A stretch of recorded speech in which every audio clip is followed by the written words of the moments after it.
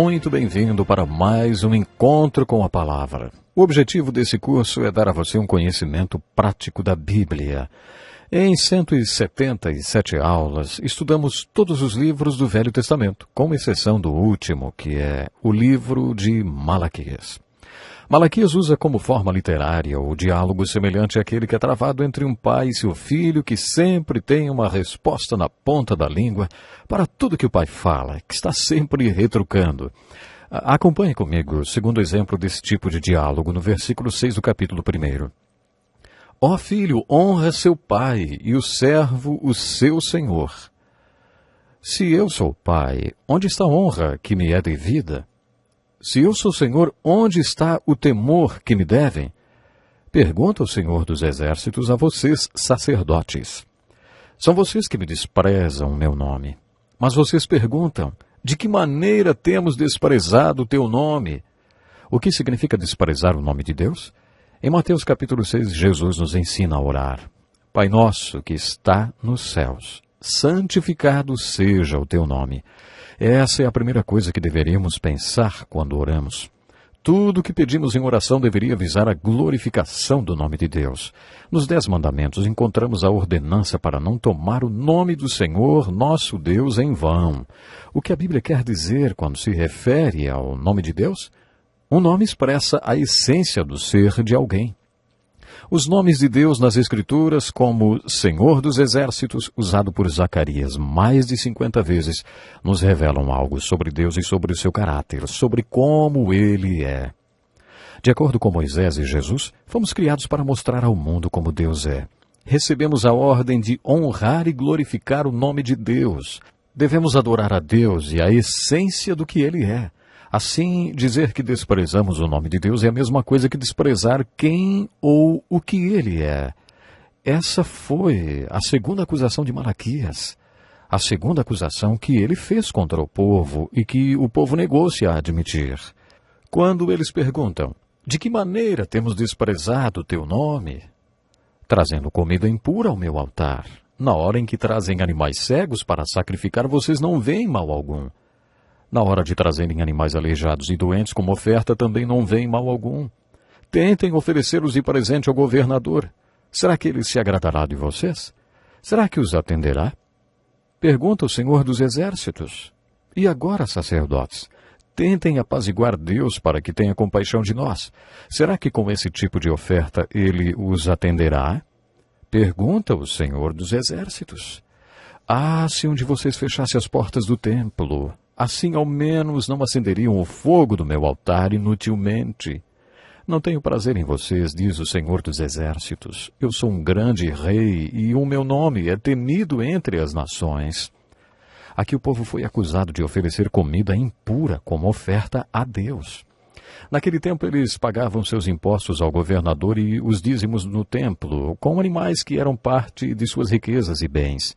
10% dos seus animais pertenciam a Deus. Só que, para ofertar a Deus, eles levavam animais defeituosos. Malaquias desafiou o povo de Deus a tentar fazer a mesma coisa para o governador quando fossem pagar impostos. Como podemos aplicar isso em nossas vidas, hein? Como será que as pessoas ofertam ao Senhor na igreja hoje? Quando Deus olha os bazares e as coisas que fazemos para levantar dinheiro para nossas igrejas, Ele se sente como nos tempos de Malaquias. Para honrar a Deus, sendo bons mordomos e colocá-lo em primeiro lugar em nossas vidas, como Ageu pregou, deveríamos pegar o que é melhor para Deus e não ficar dando gorjetinhas como oferta na igreja. Dessa forma, além de Deus receber o dízimo, veríamos que Deus tem todo o direito a tudo que somos e temos. Se honrarmos a Deus com o melhor dos nossos dízimos e ofertas, colocando Deus em primeiro lugar em nossas vidas, não precisaríamos ficar fazendo bazares, noite da pizza e outras coisas que fazemos na igreja para levantar dinheiro. Essas coisas são tão abomináveis para Deus como aqueles animais defeituosos e comidas impuras dos tempos de Malaquias.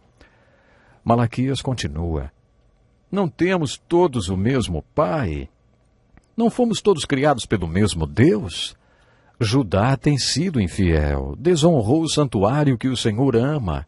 Homens casaram-se com mulheres que adoram deuses estrangeiros, enchem de lágrimas o altar do Senhor. Choram e gemem porque ele já não dá atenção às suas ofertas, nem as aceita com prazer. E vocês ainda perguntam, por quê? É porque o Senhor é testemunha entre você e a mulher da sua mocidade, pois você não cumpriu a sua promessa de fidelidade, embora ela fosse a sua companheira, a mulher do seu acordo matrimonial. Não foi o Senhor que os fez um só? Em corpo e em espírito eles lhe pertencem. E por que um só? Porque ele desejava uma descendência consagrada. Portanto, tenham cuidado, ninguém seja infiel à mulher da sua mocidade. Eu odeio o divórcio, diz o Senhor. Vocês têm cansado o Senhor com as suas palavras. Como temos cansado? Vocês ainda perguntam. Quando dizem, todos os que fazem o mal são bons aos olhos do Senhor, e ele se agrada deles.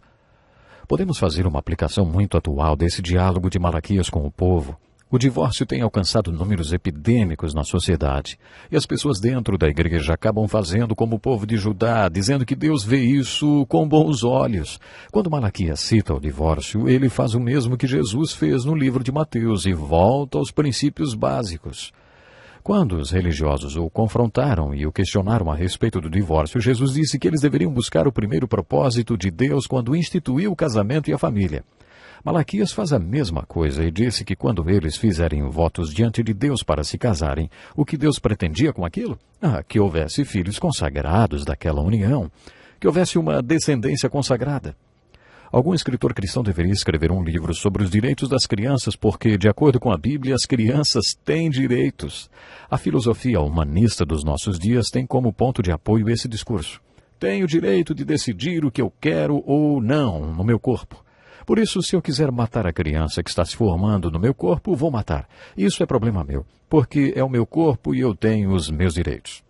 Com o divórcio, o discurso é: eu não tenho que viver com alguém com quem eu não esteja feliz. Tenho o direito de ser feliz e o direito de estar com alguém que me fará feliz. Deus diz não. O Senhor uniu o casal e ele odeia o divórcio. Quem realmente sofre com o divórcio são as crianças. O objetivo de Deus, quando instituiu o casamento, era que duas pessoas se unissem para que se tornassem pais. Depois, como pais, eles produziriam pessoas que um dia também se tornariam pais e produziriam mais pessoas. Essa é a lei da vida, instituída nos 2 primeiros capítulos da vida, que dá origem, crescimento e orientação à família humana. Hoje nós perdemos essa visão do propósito do casamento e da família, e era isso que Malaquias estava lembrando ao povo de Judá.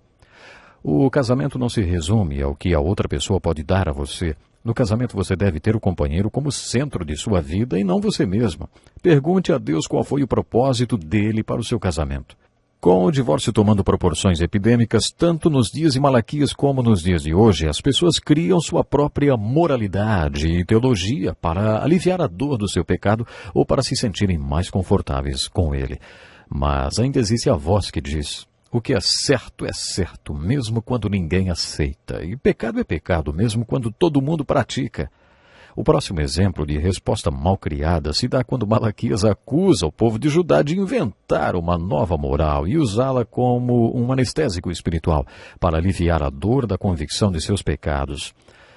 Está escrito assim: desde o tempo dos seus antepassados vocês se desviaram dos meus decretos e não lhes obedecem. Voltem para mim e eu voltarei para vocês, diz o Senhor dos Exércitos. Mas vocês perguntam: como voltaremos? Quantas vezes já tentamos falar de Jesus e a resposta é: eu não tenho nenhum problema, eu sou uma pessoa boa, eu sou um bom cidadão. Ou então: não, eu trabalho na igreja, não tem nada de errado na minha vida. Essas pessoas precisam nascer de novo e continuam dizendo: como voltaremos? Tenho certeza que você já ouviu este texto de Malaquias. Pode um homem roubar a Deus? Contudo, vocês estão me roubando. E ainda perguntam: como te roubamos? Nos dízimos e nas ofertas. Tragam o dízimo todo ao depósito do templo para que haja alimento em minha casa. Ponham-me à prova e vejam se não vou abrir as comportas dos céus e derramar sobre vocês tantas bênçãos que nem terão onde guardá-las. A ideia não era que o dízimo fosse apenas a 10ª parte, mas a primeira 10ª parte. O dízimo era uma maneira de dizer: Deus em primeiro lugar. E além do dízimo, Os filhos de Israel também davam ofertas. Esse conceito do Novo Testamento é tratado como mordomia, que implica que tudo pertence a Deus e eu sou apenas o seu gerente. Mas é no dízimo que Deus nos convida a testá-lo. Ponham-me à prova, ele diz, e vejam se não vou abrir as comportas dos céus e derramar sobre vocês tantas bênçãos que nem terão onde guardá-las. Preste atenção nesse último bate-boca do povo de Israel no livro de Malaquias. Vocês têm dito palavras duras contra mim, diz o Senhor. Ainda assim perguntam, o que temos falado contra ti? Vocês dizem, é inútil servir a Deus. O que ganhamos? Consideramos felizes os arrogantes, pois escapam ilesos os que desafiam o Senhor. No próximo programa eu quero mostrar essas discussões sob o ponto de vista do teólogo James Hatch, que fez um estudo intitulado 7 Argumentos de um Coração que está se distanciando de Deus. Os exemplos do livro de Malaquias mostram os passos de uma pessoa que está se distanciando de Deus. Um coração não fica frio de uma hora para outra. É resultado de um processo que culmina com a pessoa dizendo, felizes os arrogantes. Essas pessoas que antes tinham um relacionamento íntimo com Deus precisam entender que o cair na apostasia não acontece de uma vez. É um processo gradual, passo a passo. Se você estudar esses 7 exemplos de respostas atravessadas no livro de Malaquias e o diálogo ocorrido entre Deus e o povo de Judá, perceberá que esse distanciamento de Deus ocorreu gradualmente. Poderíamos dizer que eles tiveram um esgotamento espiritual. Toda vez que Deus se aproximava do povo através de Malaquias, ele era recebido com comentários sarcásticos como, o Senhor nos amou, quando? Como cansamos a Deus? Mas em que roubamos a Deus? As respostas do povo às reclamações de Deus demonstravam que eles não tinham o coração afinado com Deus, apesar de acharem que estava tudo bem. Na continuação do estudo de Malaquias, veremos os 7 passos do declínio para os quais os líderes do povo de Deus devem estar atentos. Então, até o nosso próximo programa. Este é um estudo escrito pelo Dr. Dick Woodward, na voz do pastor Edson Bruno.